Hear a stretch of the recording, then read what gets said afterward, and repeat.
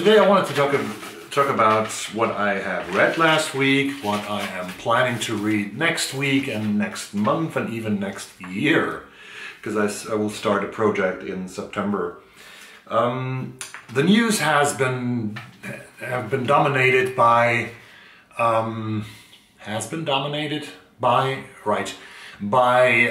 wildfires in California. Horrible. Every year the wildfires accelerate. There are more wildfires, there are larger wildfires. And I remember very well, I think 2 years ago, when the town of Paradise was completely wiped out from the face of the earth. And this is getting worse. The drought in California, it's called climate change. That's the reason. The reason is not that Californians do not rake their forests, as one very prominent American politician has suggested, I think last year. The reason is climate change, and we need to do something about it, because otherwise areas like California, and that is today maybe unimaginable, might be uninhabitable in the future. We need a Green New Deal. Otherwise, well, that's one thing that has sort of dominated the news. The other thing is the situation in Belarus with President Alexander Lukashenko still in power, and of course the Democratic National Convention in the United States that was mostly online on Zoom. I saw the speeches of many of the people, and I will want to recommend an article that I read. An article that was published in Current Affairs already in June, I think, by Brianna Joy Gray, the former National Press Secretary of the Bernie Sanders presidential campaign for 2020. Brianna has written an article called In Defense of Litmus Test. I think the article by Brianna Joy Gray really hits the spot. She is discussing this notion that is running in the Democratic Party in the United States right now, that is sort of, you have to vote blue no matter who, and she discusses that very intensely. Bernie Sanders, the senator of Vermont, independent senator of Vermont, that Brianna Joy Gray was working for during the campaign, has distanced himself from Brianna because Brianna doesn't endorse Joe Biden publicly, and Sanders has said, she has worked for me. She has worked for me before. She's not working for me any longer, that's what he said. And if you listen to Stephen Colbert's late night show from time to time, and you saw Senator Elizabeth Warren visiting his show last week, you could see that when Colbert asked Elizabeth Warren how she sees the fact that Joe Biden is supported by so many billionaires, that she said, ask me again in 77 days. So there's lips are sealed.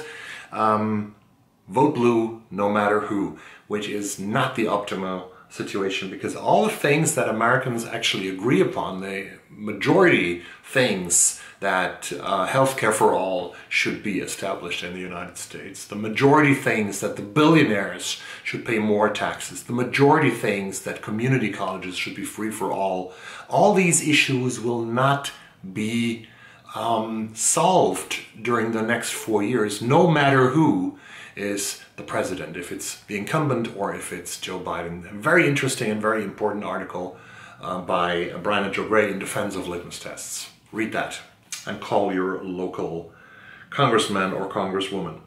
That was the politics thing for today. I want to go to literature because that's why you're here. I wanted to have a project like Britta Böhler has, for example. She is reading Louise Erdrich for months now, the whole work of Louise Erdrich from month to month in chronological order. I know that Robert from Butterhearts is reading Louise Penny's crime novels chronologically. I think he has read already 12 of them. And I was looking for an author, and now I've found my author. I read a lot of women, as you might know, and I don't read so many men. Maybe I don't read so many white men, but now I thought I'm a very important American author of the last decades that I'm going to read from book one to the last book that he has published. I'm talking about Richard Ford, because I wanted to know his work a little bit better, so I thought I start with Ford. He has written 7 novels, 6 short story collections, and 1 memoir, so that makes it up to 14 books. And I'm going to read those in the next 14 to 17, 18 months. I guess, and I started ordering today. I had to order a book. I'm sorry because it wasn't in the library here in Stockholm, it wasn't in the catalog.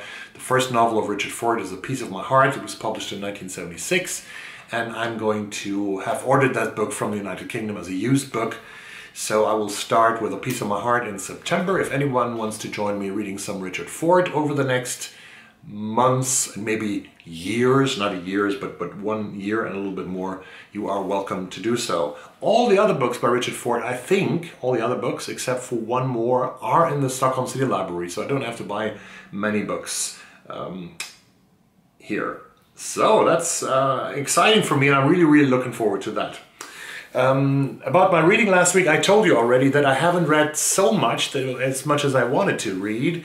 But when I look at my Goodreads challenge, which is giving me sort of the threshold that I want to pass this year, this is 52 books, which would be a new record for me.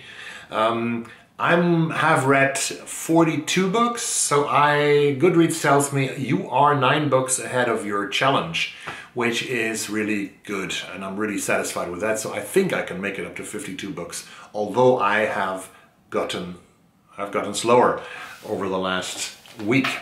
I finished one book, at least, and that was 2 nights ago, because I always finish books at night, as you might know, if you know me a little bit. I finished The Vanishing Half by Brit Bennett, and this is a book, I loved it, I L-O-V-E'd it, as I usually say. It has so many beautiful characters, it has such a compelling story. I think I cried twice at certain points in the book, which I'm not going to reveal because that would be spoiler alert. No, I really love Brit Bennett's The Vanishing Half, and I hope very much that it's going to be nominated for the National Book Award that's on the long list, because here's another announcement from me. Another breaking news announcement in this channel. I have decided to forget about the Booker long list, because I wasn't so impressed, as many of you were, of the long list. Not half of the books, I would say, inspired me to, wow, I have to get them, I have to read them, to start reading them. So I will put my money, not my money, but my energy, yeah, maybe even my money, my energy and my time on the long list of the National Book Award, and maybe, sneak peek, also on the Scotia Giller Prize. But those books are Canadian and they are not always easy to get here in Europe. So I will put my efforts on the National Book Award, and I'm sure, absolutely sure, that Brit Bennett's The Vanishing Half is one of the books that will be on that long list that's going to be published on my birthday, maybe September 16. September 17 or September 18. It says, well, I think it will be published September 18 because they have the different categories in the NBA awards, and I think they publish fiction last, so it will be September 18. And I will publish a video with my predictions and with my dreams of a long list about a week earlier on September. That about that. So I have actually gotten this Mournable body from Tsitsi Dangarembga. From the library. I have only 14 days to read it, and I think I will not be able to read this novel. It is certainly a very important book. I'm sure it is, but it is very hard for me to read a book in second person. This is written in the second person. There's a fish in the mirror. The mirror is above the wash basin in the corner of your hostel room. The tap, cold only in the rooms, is dripping. Still in bed, you roll onto your back and stare at the ceiling, realizing your arm has gone to sleep. I can't read that. I'm so sorry, Tsitsi. I can't do it. And I'm sure this is a great novel. It's the third part in a trilogy, but I won't read this. But I am reading a thriller by Louise Luna. I've been 100 pages in. The Janes is her second thriller about private investigator Alice Vega, and this was actually recommended to me, not personally, but through the channel of Rinsey Reads. Rinsey Reads is a channel that I really love. She's so great. I like her attitude. I like her. She knows so much about books, and she deserves all of her amazing 25,000, 26,000 followers, I think. And she has also finished The Vanishing Half last week, and sorry, there is a single review on her channel, which I'm going to link down below. And I also will do a single review about this book, which will be appearing on Tuesday or Wednesday next week. So stay tuned to that one. Louise Luna, The Janes, is the book that I'm reading right now. And give me a second. I have a book here that I hopefully will be able to finish in the month of Women in Translation. This is from Carina, Sainz, Borgo, and it's called It Would Be Night in Caracas. And this is a book about the situation, a literary book about the situation in Venezuela, a country that we often not recognize so much on our horizon when we speak about the United States. We speak about Belarus, we speak about Brazil, and we don't speak so much about Venezuela. We should speak more about this country, because this country is really in a great mess. Yeah, this is about a woman coming back to the funeral, I think, of her mother to Venezuela from Madrid. And she is confronted with the current situation in Venezuela, where there are long queues, where there's no food, where the inflation is incredibly high and people have a very difficult life to live, where there's no treatments in the hospitals, and everything has broken down during the last 20 years.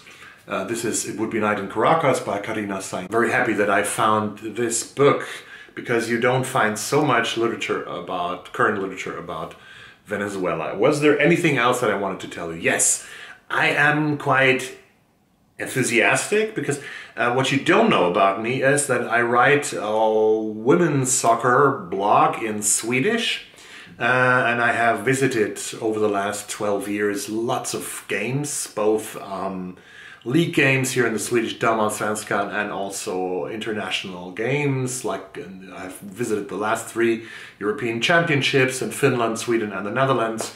And this year it's very difficult because of the pandemic. I haven't seen one match on spot in an arena. I'm looking for one match in September that I might attempt to at least see one game. But I have always had great pleasure in interviewing soccer players. That was some of my, well, passions, you could say. And I have interviewed lots of very famous football players, soccer players, like the best of them all, Marta Vieira da Silva from Brazil. I met her in a cafe in Tyresö some years ago. We had a beautiful 1 hour's chat.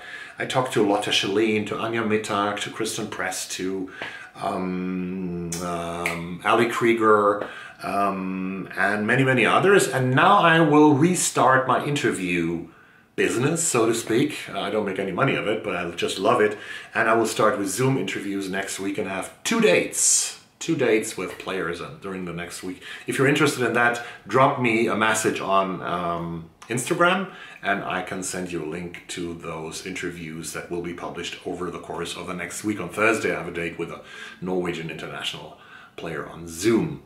So that was that, and that was almost everything. I have Sipam Zhang on my list as well, because I really want to read that novel. It's on the Booker long list. I've said I don't care so much about the Booker long list this year, but I'm pretty sure that Sipam Zhang, some of these hills are gold, or is gold, has a chance to enter the National Book Award long list of 2020. And that's so much I can tell you right now, I think.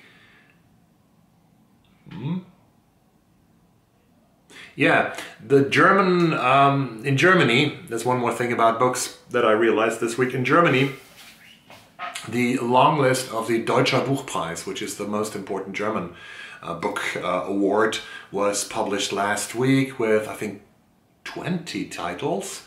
And I was thinking about making a video about that, but I don't know if anyone should be interested, or would be interested, if I do a video about books that are probably not translated into English. So if you're interested, drop me a line, drop me a commentary, a line down below in the comments. That was everything I had to tell you for today. Week 35 is starting tomorrow. I hope it's going to be a great week for you, not only reading-wise, but also life-wise, because we all have a life to live outside of our wonderful books. I am also available on VOXER, thanks to Karen, who told me about this beautiful app. So if I will put a link to my VOXER even down below for the first time in my links to Instagram, Facebook and other stuff where I am available. Thank you very much for watching this. Have a great Sunday if you watched this already today, and have a great week if you watch this next week. I'll see you soon on this channel.